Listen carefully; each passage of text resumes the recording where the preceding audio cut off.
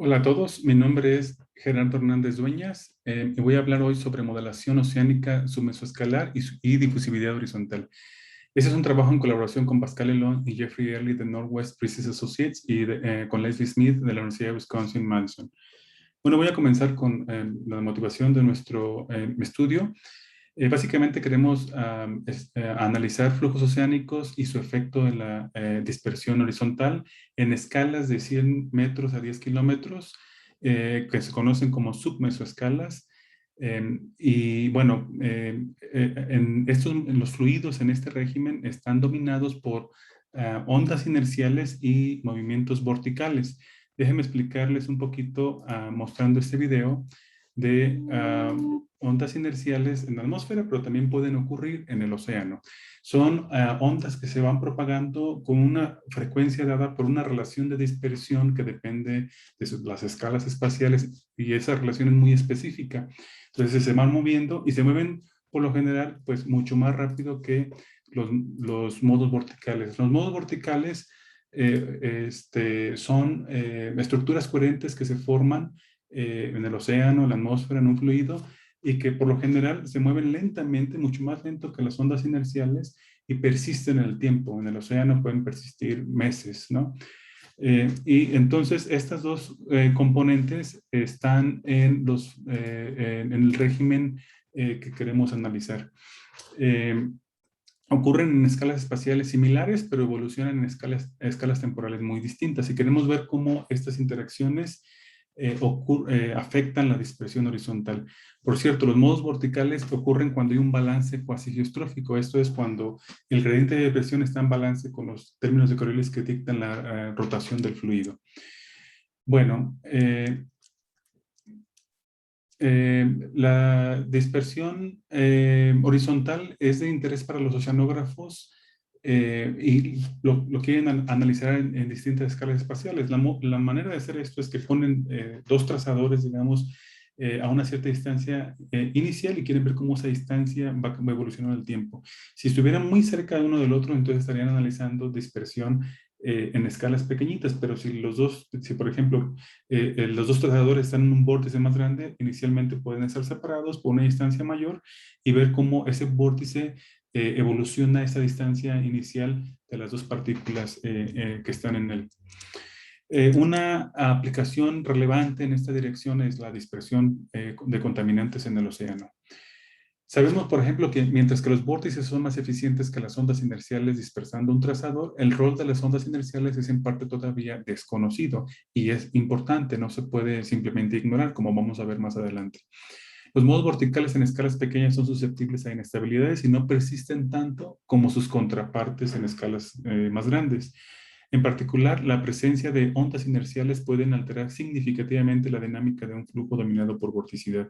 Entonces, las ondas inerciales pueden, de hecho, generar formación de estructuras coherentes y pueden afectar la evolución de estos y, por lo tanto, la dispersión en el océano.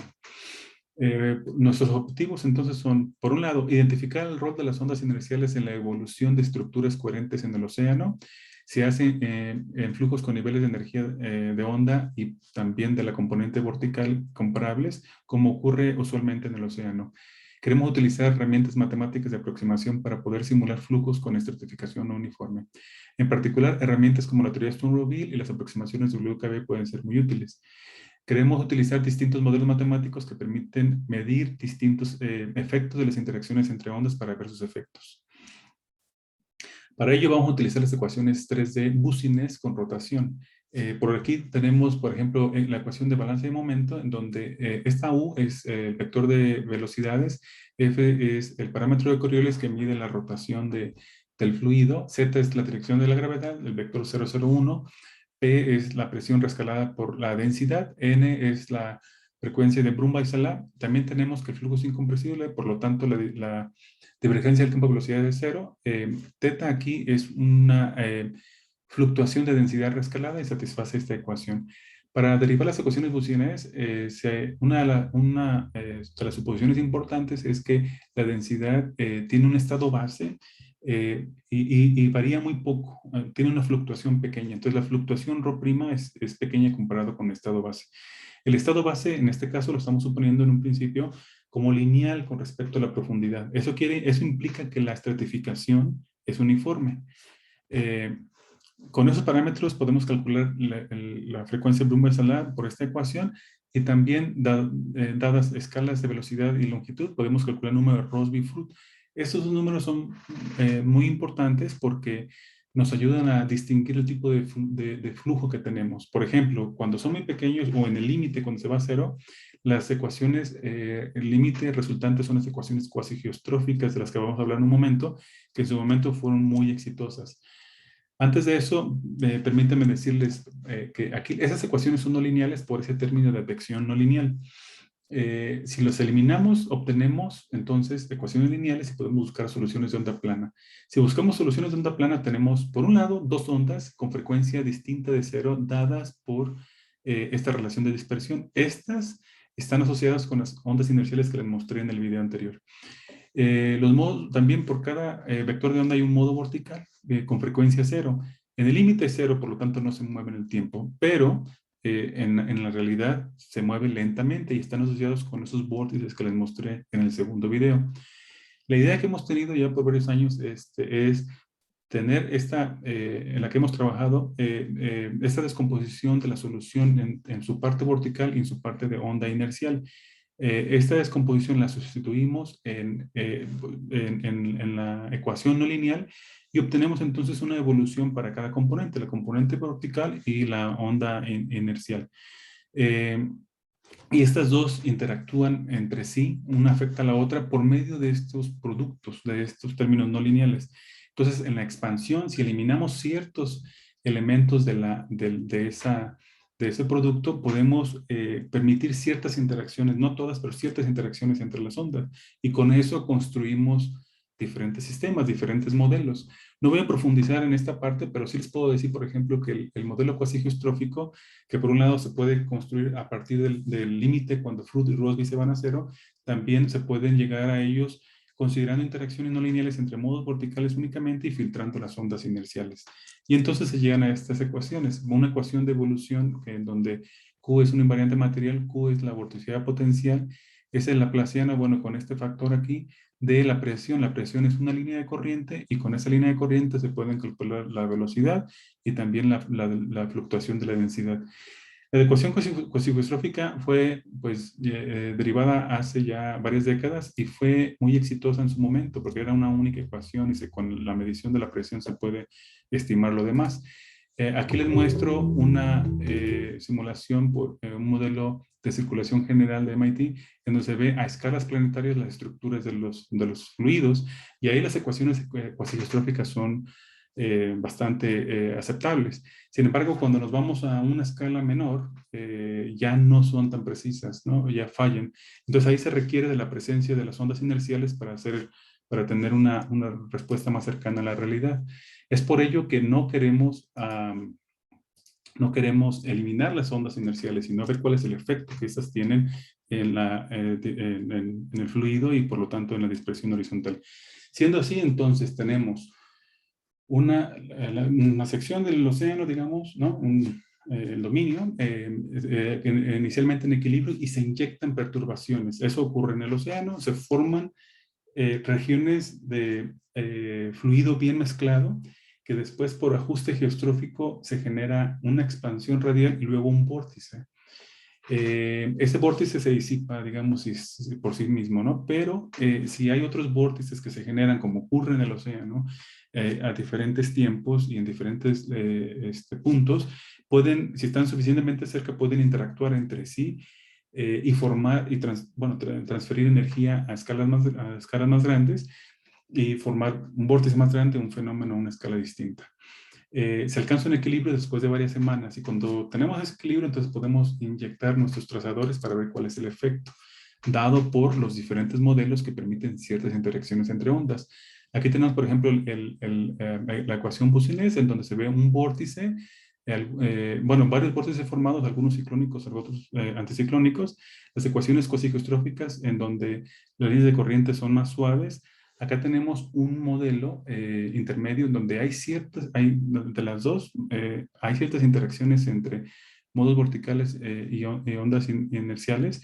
Y se forman todavía vórtices ciclónicos, anticiclónicos, pero también hay estructuras más pequeñas, como ocurre en este modelo.